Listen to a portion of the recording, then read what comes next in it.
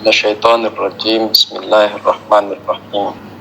Alhamdulillahi rabbil alamin. Wa sallallahu ala Muhammadin wa alihi tahirin. Wa la'natullah ala a'daihim ajma'in minal an ila qiyami yaumiddin. Allahumma salli ala Muhammad wa Muhammad wa ajil farajah. Sebelumnya saya ucapkan turut berduka cita kepada seluruh ulama, mukminin, mukminat, khususnya Imam Zaman Atullah Faradul Syarif atas kesyahidan Imam Hasan Al-Mujtaba alaihi salam. Semoga Allah menjadikan kita sebagai orang-orang yang bersedih atas kesedihan beliau dan orang-orang yang berbahagia dengan kebahagiaan beliau. Ilahi. Hikmah yang ke-25. Qala Amirul Mu'minin alaihi salam, ya ibna Adam, idza ra'aita rabbaka subhanahu yutabi'u alaika ni'ama wa anta ta'asihi fahdharu. Imam Ali alaihissalam di dalam hikmah yang ke-24 ini hendak menyampaikan kepada kita tentang dua hal. Yang pertama tentang nikmat, dan yang kedua tentang cara memperlakukan dan cara mempergunakan nikmat-nikmat tersebut. Amirul Mukminin Ali alaihissalam mengatakan, ya ibna Adam, wahai anak-anak Adam, idza ra'aita rabbaka subhana yutabi'u ni'am alaika ni'amah wa anta ta'sihi fahdharu. Jika engkau melihat Tuhanmu terus menerus, senantiasa, dan istilahnya tak henti-hentinya memberikan kepadamu nikmat-nikmatnya dalam keadaan engkau bermaksiat kepada Tuhanmu, yakni kepada Allah Ta'ala, maka berhati-hatilah terhadap hal ini. Yani jika engkau melihat, wahai anak Adam, jika engkau melihat, jika engkau mengetahui bahwa Tuhanmu senantiasa terus menerus tak henti-hentinya memberikan nikmat kepadamu dalam keadaan engkau bermaksiat kepadanya, maka berhati-hatilah terhadap hal ini. Ini menggambarkan bahwa nikmat itu bisa dilihat dari dua sisi, yakni nikmat yang diberikan kepada orang-orang mukmin, nikmat yang diberikan kepada orang-orang soleh, nikmat yang diberikan kepada orang-orang yang bersyukur, dan di sisi lain adalah nikmat yang dilimpahkan kepada para pemaksiat, nikmat yang diberikan kepada orang-orang zalim, nikmat yang diberikan kepada orang-orang kafir, nikmat yang diberikan kepada orang-orang yang mengingkari ayat-ayat Tuhan, yang mengingkari hakikat kebenaran Tuhan, orang-orang yang menghalangi hamba-hamba Tuhan dalam beribadah, orang-orang yang dengan sengaja membelokkan dan menipu orang lain agar keluar dari hakikat ilahi. Nah, adapun nikmat yang pertama, yaitu nikmat-nikmat yang diberikan kepada orang-orang mukmin, mukminat, orang-orang soleh, orang-orang yang bersyukur, orang-orang yang bertakwa, muttaqin. Maka nikmat tersebut merupakan ganjaran yang baik. Nikmat tersebut merupakan suatu anugerah dan suatu kebahagiaan yang dikhususkan kepada mereka. Sebagaimana di dalam Quran Karim Allah Ta'ala berfirman, in syakartum la'azidannakum. Jika engkau bersyukur, wahai umatku, jika kalian bersyukur, aku akan menambah kalian. Nah, jadi nikmat bagi orang-orang mukmin, muttaqin, syakirin, tawwabin, itu nikmat-nikmatnya itu merupakan anugerah. Nikmat-nikmat itu merupakan hadiah dari Allah Ta'ala, kasih sayang dari Allah Ta'ala. Dan mereka mempergunakan nikmat tersebut dengan benar. Mereka bersyukur atas nikmat tersebut. Mereka tidak menyalahgunakan penggunaan nikmat tersebut.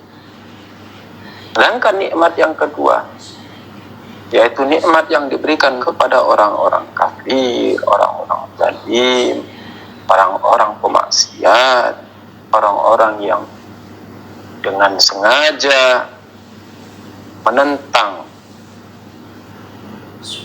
ayat-ayat ilahi dan dengan sengaja membelokkan hakikat ilahi, dengan sengaja menghalangi orang lain untuk sampai pada hakikat kebenaran, maka nikmat ilahi bagi mereka ini justru adalah bencana.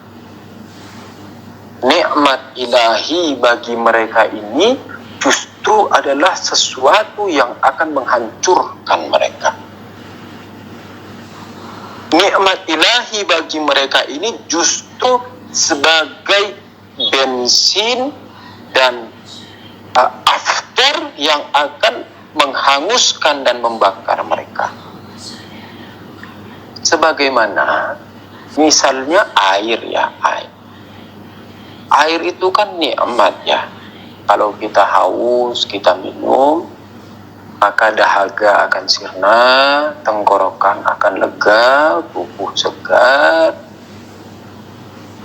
Sehingga air bagi orang-orang yang kehausan, bagi orang-orang yang misalnya yang dalam keadaan dahaga, yang dalam keadaan bibir kekeringan, maka air itu suatu nikmat yang besar yang diberikan Allah Ta'ala bagi mereka. Namun dalam satu ketika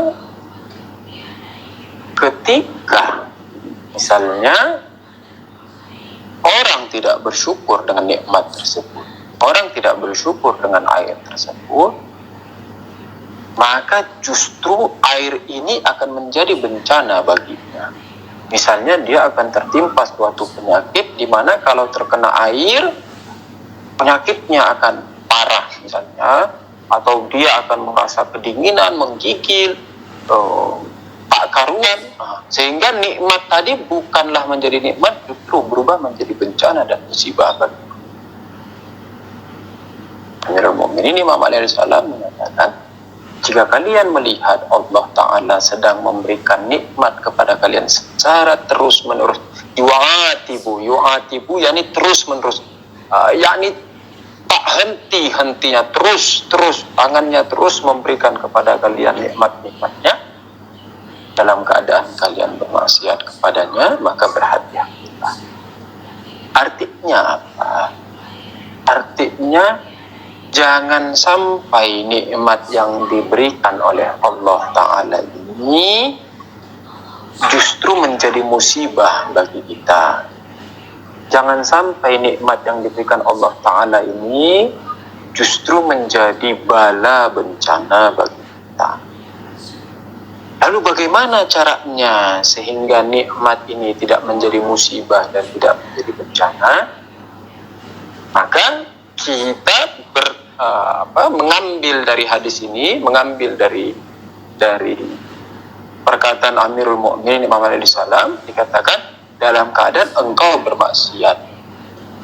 Berarti gimana caranya? Berarti ketika Allah memberikan kepada kita nikmat-nikmatnya, kita jangan bermaksiat dengan nikmat. Justru apa yang kita lakukan? Maka yang kita lakukan adalah bersyukur atas nikmat. Di dalam ayat suci Quran, Allah Ta'ala berfirman, wasa nastadrijuhum min haitsu la ya'lamun. yakni orang-orang wallazina kazzabu bi ayatina, dan orang-orang yang mendustakan ayat-ayat kami, sanastadrijuhum, kami akan menggiring mereka perlahan. Istidraj itu yakni membawa dengan perlahan. Seperti anggaplah begini ya, punya anak kecil kan ya, ketika antum dulu memiliki anak kecil yang masih usia 6 bulan, 5 bulan, 6 bulan, 7 bulan, dan kalian hendak mengajarkan anak kalian untuk berjalan, itu gimana sih? Tangannya dipegang, lalu ditatah satu persatu, ayo, hingga berjalan sekitar 1 meter, 2 meter, 3 meter. Nah, ini dikatakan istidraj, yakni satu persatu, langkah demi langkah. Allah Ta'ala berfirman di dalam ayat Al-Quran, dikatakan wallazina kazzabu bi ayatina, orang-orang yang mendustakan ayat-ayat kami, sanastadrijuhum, kami akan menggiring mereka perlahan demi perlahan, kami akan menyeret mereka, kami akan menatah mereka perlahan demi perlahan, langkah demi langkah, tahap demi tahap, min haitsu la ya'lamun, yakni kami akan membawa mereka kemana? Ke dalam azab ilahi, ke dalam jahannam, ke dalam neraka, min haitsu la ya'lamun, dari jalan yang mereka tidak ketahui.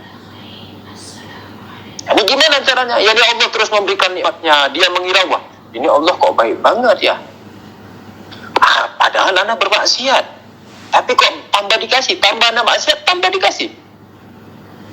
Dulu anak sholat, dulu anak puasa, dulu anak sholat malam, rezeki tak datang-datang. Dulu anak suka bantu orang, rezeki tak datang-datang. Dulu anak suka zikiran, rezeki tak datang-datang. Anak baca doa kumel, baca doa tawassul, baca fulan, baca ziarah Asyura, baca ziarah Jamiah Kabirah, tak datang-datang rezeki. Ini sekarang saya bermaksiat, nauzubillah, loh kok rezeki lancar banget nih. Karena gitu. Dia mengira, berarti Allah ini lagi perhatian dengan gua nih. Tuhan lagi perhatian sama saya nih. Tambah bermaksiat terus, padahal apa? Sanastadrijuhum min haitsu la ya'lamun. Kami sedang menggiring mereka, menatah mereka, mempatah mereka ke dalam jahanam, ke dalam neraka, dari jalan yang mereka tidak ketahui. Yani dari mana? Yani dari nikmat itu. Yani mereka mengira bahwa nikmat ini adalah anugerah Allah, Tuhan memperhatikan kita, ini anugerah ilahi, ini hadiah ilahi, ini pemberkatan ilahi. Padahal apa? Padahal itu sebagai pemicu dan itu sebagai pemantik, sehingga semakin dia menggunakan nikmat itu dan semakin dia bermaksiat, semakin dia terus berjalan menuju jalan kehancuran dan jalan kehinaan. Hal ini juga kita bisa perhatikan ketika Allah Ta'ala mengatakan di dalam ayat suci Quran, A'udzubillahi minasyaitonirrajim, Bismillahirrahmanirrahim. La tahsabanna alladzina kafaru innama numli lahum khairan. Jangan kalian berpikir, la yahsabanna alladzina kafaru innama numli lahum khairan. Jangan orang-orang yang kafir itu, jangan orang-orang musyrik itu, jangan orang-orang kafir itu beranggapan bahwa kami memberikan kebaikan kepada mereka, bahwa kami sedang memberikan waktu dan kesempatan yang baik bagi mereka. Dikatakan innama liyazdadu, sesungguhnya kebaikan yang mereka anggap itu atau peluang emas dan kesempatan yang mereka anggap itu innama walahum adzabun muhin, sesungguhnya itu akan membuat mereka semakin berada di dalam azab yang mencelakan dirinya. Jadi bagaimana kita melihat bahwa nikmat secara zahir, yakni nikmat Allah Ta'ala mengatakan innaman numli lahum khairan, yakni kebaikan secara zahir mereka melihat ini kebaikan. Katakan la yasabanna alladziina kafaru innaman numli lahum khairan li anfusihim, jangan sampai orang-orang kafir itu beranggapan bahwa kami sedang memberikan kesempatan baik kepada mereka. La innamal liyazdadu innama walahum azabun muhin, sesungguhnya mereka, dosa mereka, maksiat mereka, kehancuran mereka akan semakin banyak dan semakin besar, dan mereka akan berada di dalam azab yang menyiksa, azab yang perih, azab yang mencelakan. Jadi nikmat bisa berubah menjadi potensial, bisa berubah menjadi aftur, bisa berubah menjadi bensin yang akan membakar dan menghanguskan kita. Benteng ini untuk bisa keluar dari jalur kesesatan ini, apa yang harus kita lakukan? Yakni mempergunakan nikmat dengan benar dan tidak mempergunakannya untuk maksiat. Nah, ini adalah hakikat bersyukur. Jadi ketika dikatakan in syakartum, yakni jika engkau bersyukur atas nikmat-nikmatku, bagaimana caranya kita bersyukur atas nikmat-nikmat Tuhan? Caranya kita bersyukur atas nikmat-nikmat Tuhan dengan mempergunakan dengan sebaik-baiknya. Cara kita mempergunakan nikmat Tuhan, cara kita memanfaatkan nikmat Tuhan adalah dengan menggunakan nikmat tersebut untuk mengabdi, untuk menjadi abdi Tuhan, untuk menjadi hamba Tuhan, bukan untuk menjadi pemaksiat Tuhan. Misalnya saat ini kita punya nikmat, punya handphone, dan punya nikmat, punya internet, punya nikmat sehat juga saat ini, punya nikmat telinga mendengar, punya nikmat mata juga melihat. Terus apa yang kita lakukan? Oke, ada kajian nih. Kajian apa? Misalnya kajian Nahjul Balaghah. Oh ya khair, ikut. Kita sedang apa? Sedang mempergunakan nikmat-nikmat Tuhan itu di jalan ibadah, di jalan abdi kepada Tuhan. Atau putar YouTube yuk, ayo putar YouTube. Melihat apa kita? Kita melihat misalnya ceramah siapa? Misalnya ceramah Ustadz Abdullah Bek, misalnya melihat ceramah Ustadz Umar Syahab, melihat ceramah Ustadz Husain Syahab. Berarti apa? Berarti kita mempergunakan nikmat-nikmat kita, mempergunakan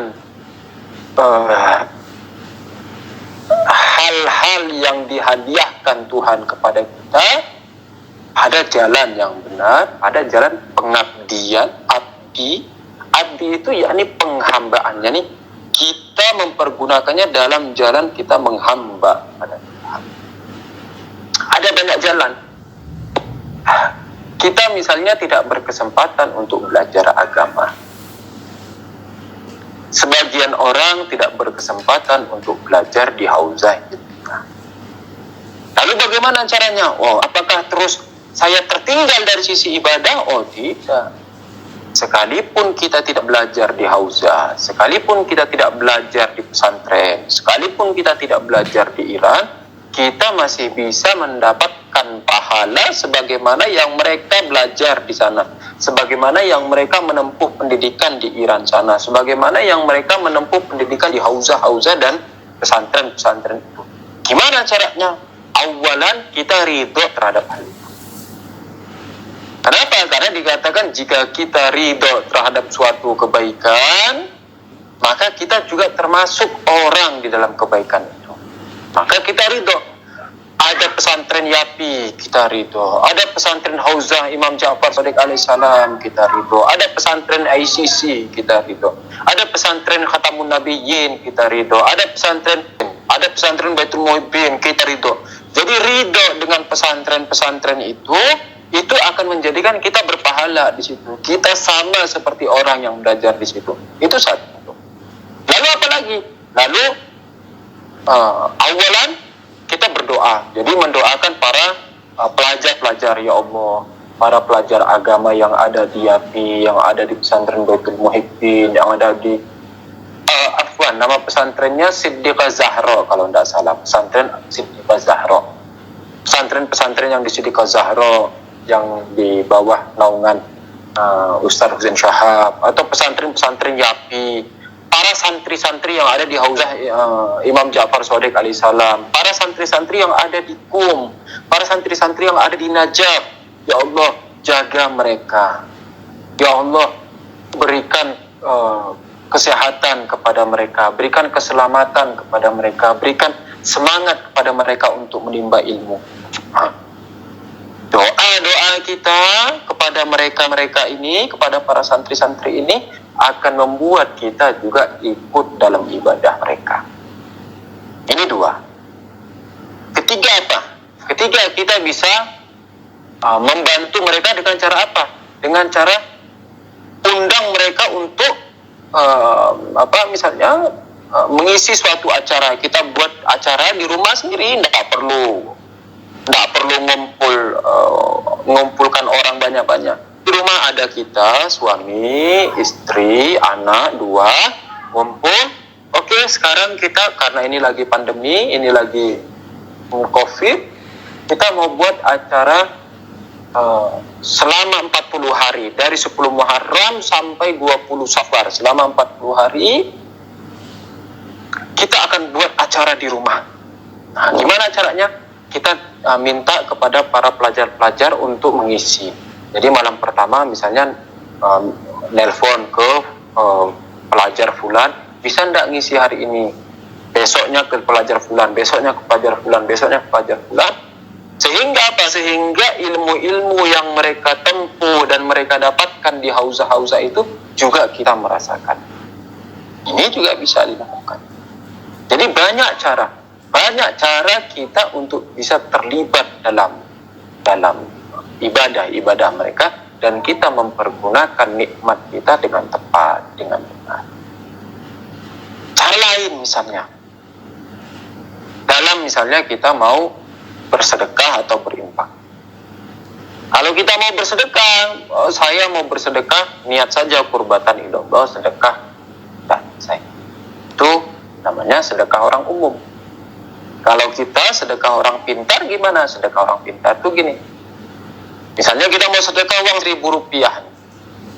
Saya mau bersedekah uang Rp1.000 ini, tapi bukan dari saya, melainkan sedekah Rp1.000 ini dari Hazrat Zahra salamullah alaiha untuk keselamatan Imam Zaman Ajrullah Farjau Syarif. Terus Yusuf, kamu apa di situ? Saya ini hanya sebagai tukang pos. Saya ini hanya sebagai pengantar. Saya ini hanya sebagai katalis. Saya ini hanya sebagai orang yang memasukkan saja. Hanya sebagai istilahnya kurir saja. Kurir antar jemput saja. Melainkan sedekah ini dari Hazrat Zahra salamullah alaiha untuk keselamatan Imam Zaman Ajrullah Farjau Syarif. Ketika sedekahnya dari Hazrat Zahra dan untuk keselamatan Imam Zaman Ajrullah Farjau Syarif, tentu akan diterima Allah Ta'ala. Ketika ini diterima, maka antum sebagai kurir juga akan dinilai. Antum sebagai kurir, kita sebagai pengantar, kita sebagai pewasilah itu juga akan dianggap sebagai orang yang berbuat. Nah, ini cara memanfaatkan nikmat yang benar. Ada banyak hal. Jadi ada banyak hal yang bisa kita lakukan, namun perhatikan dengan hati. baik, yakni dengan cermat,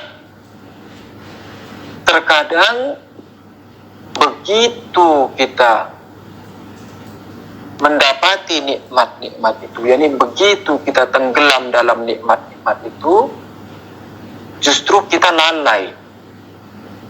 Sebagaimana misalnya ini yang terjadi, baik saya, antum, dan juga orang lain, ketika kita dalam keadaan sehat, kita lalai dan kita tidak perhatian terhadap kesehatan. Orang sehat itu kan ya sehat, yakni kenapa orang sehat itu umumnya lalai? Karena tidak ada yang hilang dari dirinya. Orang itu umumnya itu akan terperanjat, dan umumnya orang akan terbangun dan tersentak ketika ada sesuatu yang hilang dari dirinya.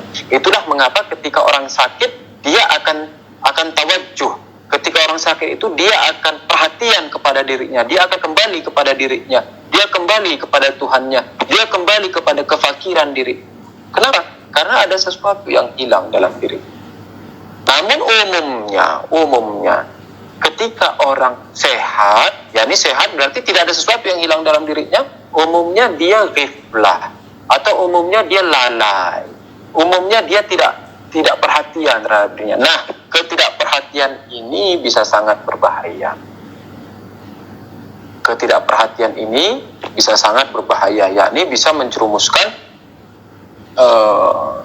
orang-orang ke dalam lembah kehancuran. Jadi ketika misalnya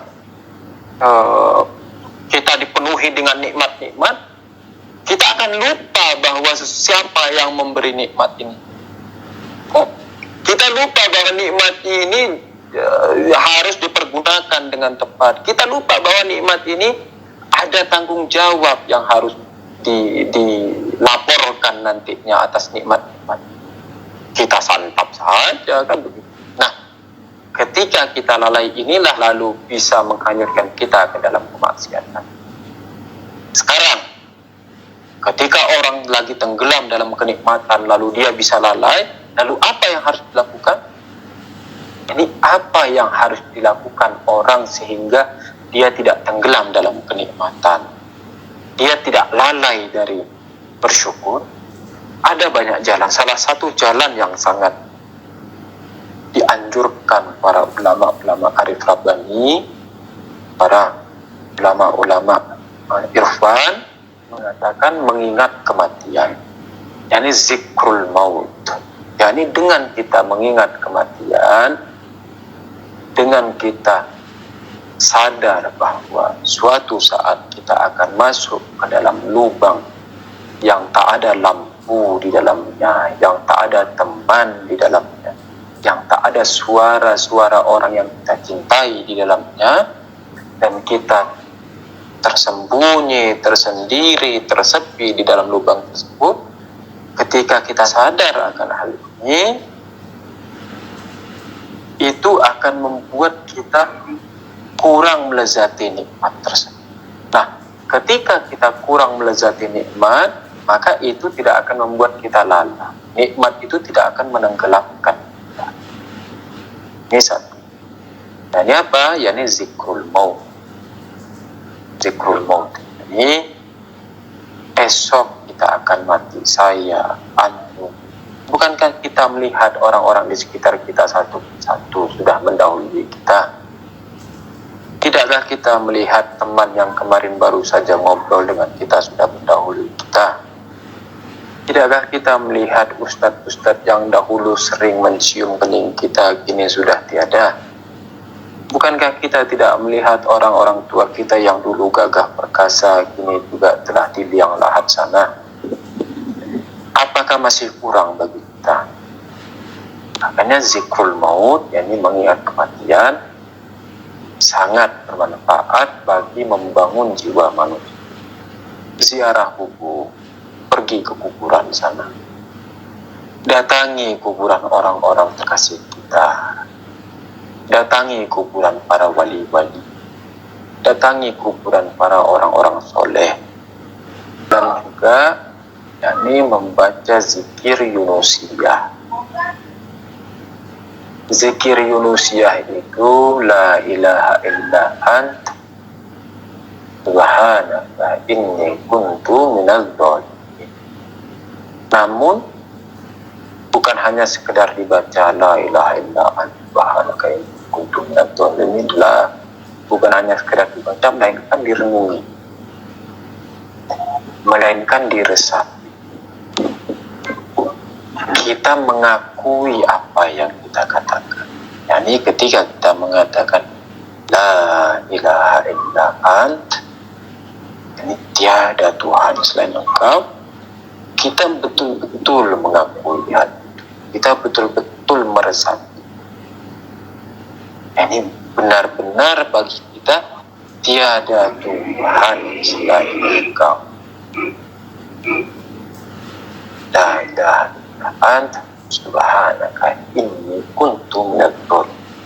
Sungguhnya aku termasuk orang-orang yang zalim.